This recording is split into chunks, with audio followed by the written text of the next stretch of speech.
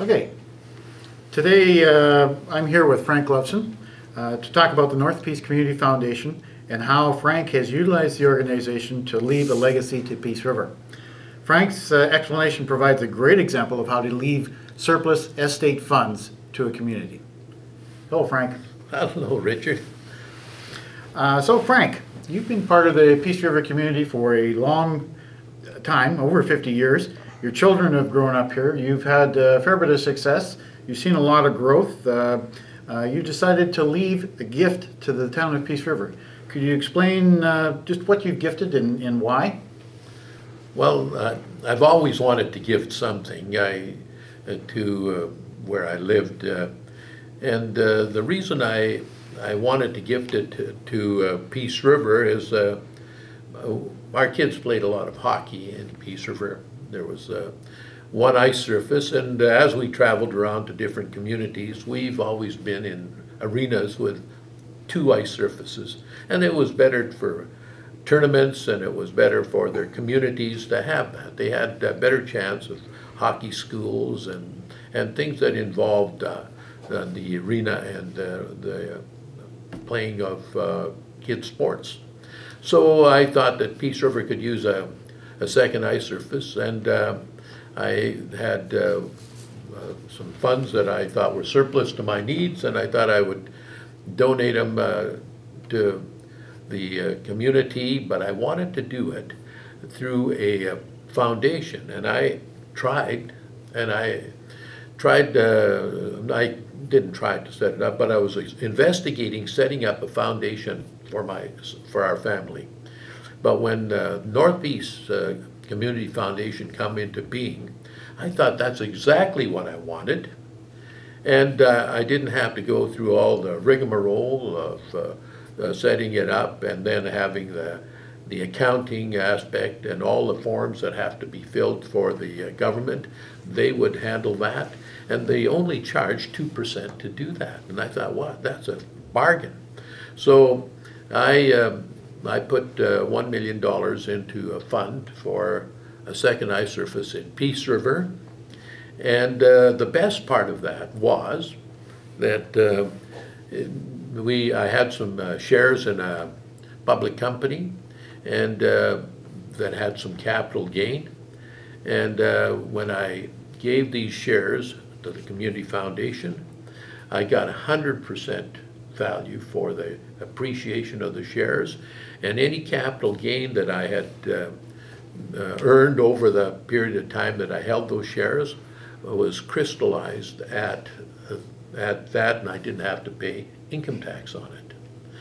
So it was, when I did this, it was like taking that income tax money, which I would have had to pay if I had sold those shares, and I just transferred that into the foundation. It's like taxes that you have to pay yourself, but you direct where you pay them, and that's what really appealed to me. So let me get this right. You gave $1 million of unappreciated shares. That cost you approximately what, do you think? When it was all said and done, it cost me almost $500,000. But for every dollar that I got a $2 credit for every dollar that I actually put in. So you're in fact getting the government to channel money. They were my partners. They were a favorable partner this time. That's good. Because I'm normally their favorable partner, but this time they were my favorable partner because I directed where the money went. A lot of people don't know that, I don't think. I know, but that's the best part of this whole program, yeah. That you can take money that you actually don't have, that you don't own. You may owe it to the income tax department, and if you crystallize that, you have to pay them, and they do what they want with it. But this way, you can also crystallize it here, and you do what you want with your money. That's excellent. You really sound excited about this. I thought this was a fantastic opportunity for me, but also for the community. And I think it's a good idea for all kinds of people who have some surplus funds and that they can do without. And it helps build the community. And community is what makes a place worthwhile living in. And that's what, our Governor General wants. He called this, his idea was that he would like every community in Canada to have a foundation and to be smart and caring. Sounds like a win-win. Oh, it is. It's exactly a win-win for the community, for the participants on both sides. Now, if you're going to want to research this a little bit further, if your words to anyone that wants to pursue this a little bit further, what would you recommend they do? Well, I think they could come and talk to us, and then they could talk to Tracy in Grand Prairie and get a hold of North Peace Community Foundation or the Grand Prairie Regional Foundation now.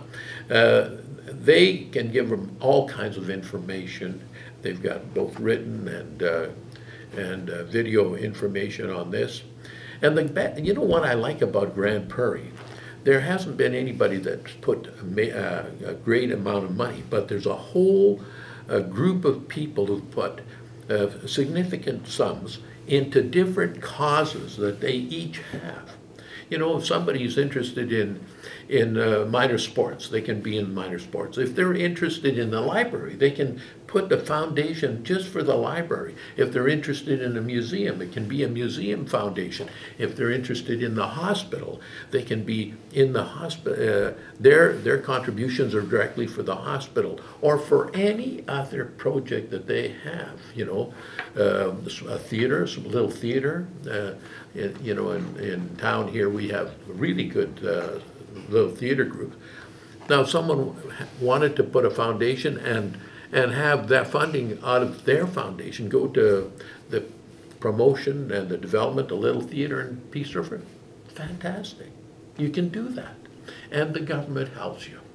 That's the best part. Yeah.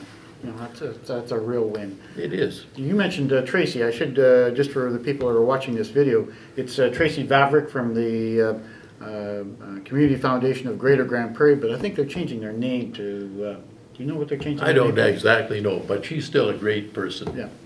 She's a great resource person. It is. She answered all your questions. Exactly. I know you're confident in her, so.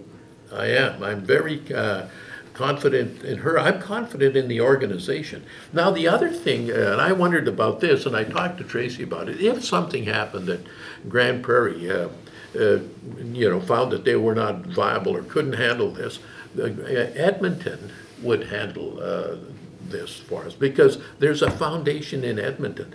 There's a foundation in most every major city in Canada, and they benefit enormously from that. We heard in Hamilton, Ontario, they've got a large foundation there. I think that they're contributing between 500, $50 million and $100 million towards community projects every year. That's tremendous. I mean, you don't have to go for those funds. They're there. They're already earmarked for their growth and development and betterment of the community.